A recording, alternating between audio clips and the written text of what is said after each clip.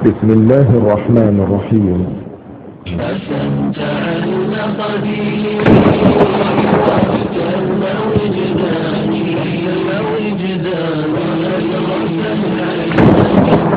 صلى الله عليه وسلم لو كان بعدي نبيا لكان عمر.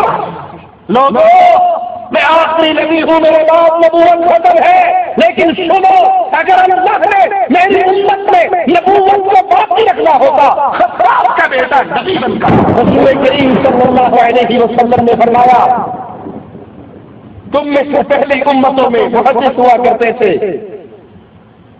سو اگر میری امت میں کوئی محدث ہے تو عمر ابن خطاب ہے۔ اللہ کے حبیب علیہ الصلوۃ والسلام نے عمر ابن خطاب سے کہا اللہ کی قسم اے عمر، جس راستے سے تو گزر جاتا ہے شیطان تیرے راستے کو چھوڑ دیتا۔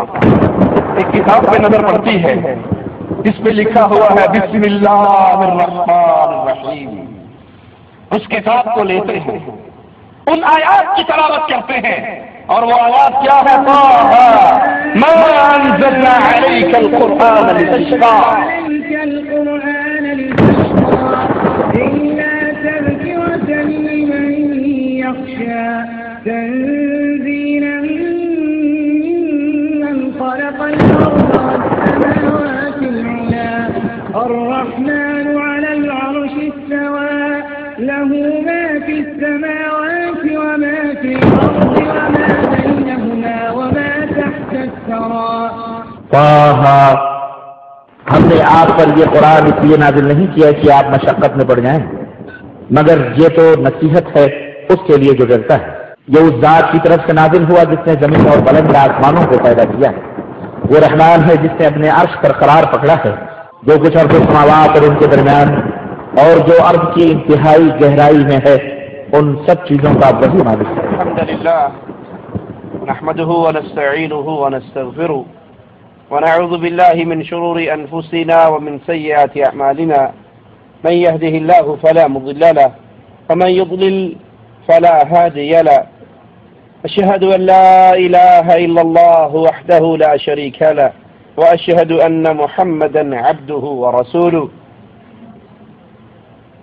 أما بعد، أعوذ بالله من الشيطان الرجيم، بسم الله الرحمن الرحيم، قل هو الله أحد الله الصمد لم يلد ولم يولد ولم يكن له كفوا أحد۔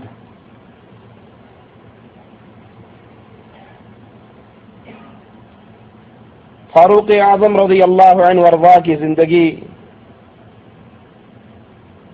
مسلمانوں کے لیے آپ کی خدمات رہتی دنیا تک کے لیے روشنی کا مینارہ ہے۔ خلیفۃ المسلمین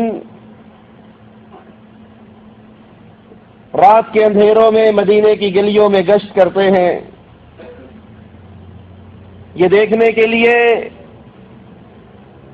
کہ جن مسلمانوں کی ذمہ داری میرے کندھوں پہ ڈالی گئی ہے وہ کسی پریشانی میں مبتلا تو نہیں۔ مسلمانوں کا حال جاننے کے لیے، ان کی پریشانیوں کو دور کرنے کے لیے مسلمانوں کا یہ خلیفہ اس کی رعایت سوتی ہے اور یہ راتوں کو جاگتا ہے۔ ایک رات مدینے کی گلی میں سے گزر رہے، ایک گھر میں سے بچوں کے رونے کی آواز آئی۔ پوچھتے ہیں یہ بچے کیوں رو رہے ہیں؟ ان کی ماں کہتی ہے ان کو بھوک لگی ہے، یہ بھوک سے بلبلا رہے ہیں۔ امیر المومنین کہنے لگے تو نے چولہے پہ ہنڈیا تو رکھی ہے؟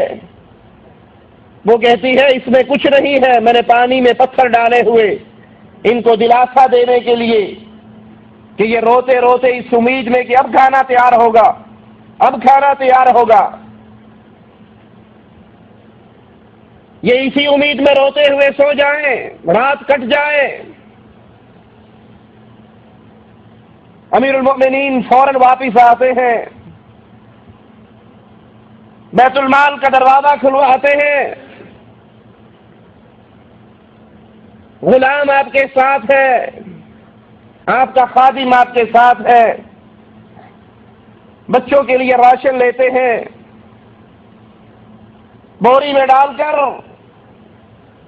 غلام کہتا ہے امیر المؤمنین اجازت دیجئے، یہ کھانا میں اٹھا کر لے جاتا ہوں۔ جواب میں کہتے ہیں آج میرے بوجھ کو اٹھانے کی بات کرنے والے کیا قیامت کے دن بھی عمر کے بوجھ کو اٹھا لے گا؟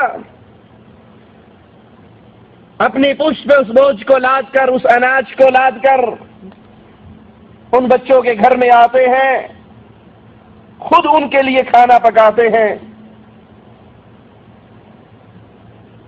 ان کو اپنے ہاتھ سے کھلاتے ہیں،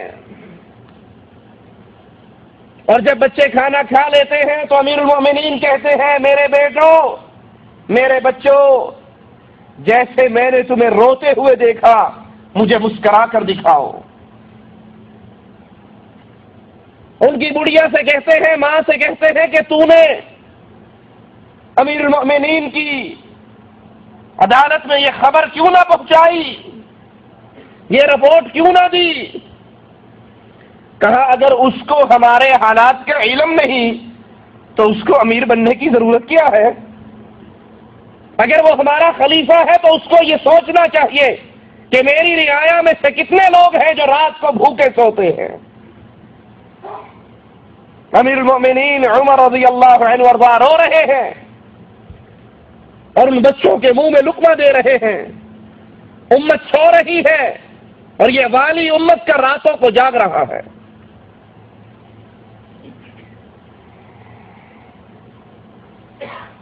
ایک رات کسی خیمے میں سے رونے کی آواز آتی ہے، کسی عورت کی پریشانی کی آوازیں آتی ہیں۔ امیر المؤمنین عمر ابن خطاب رضی اللہ عنہ وارضاہ شہر سے باہر لگے ہوئے اس خیمے کے پاس پہنچتے ہیں۔ ایک اعرابی دیہاتی مسافر کو دیکھتے ہیں، اس سے پوچھتے ہیں کیا ماجرا ہے، کیوں پریشان ہے؟ وہ کہتا ہے مسافر ہوں، خیمے میں میری بیوی ہے،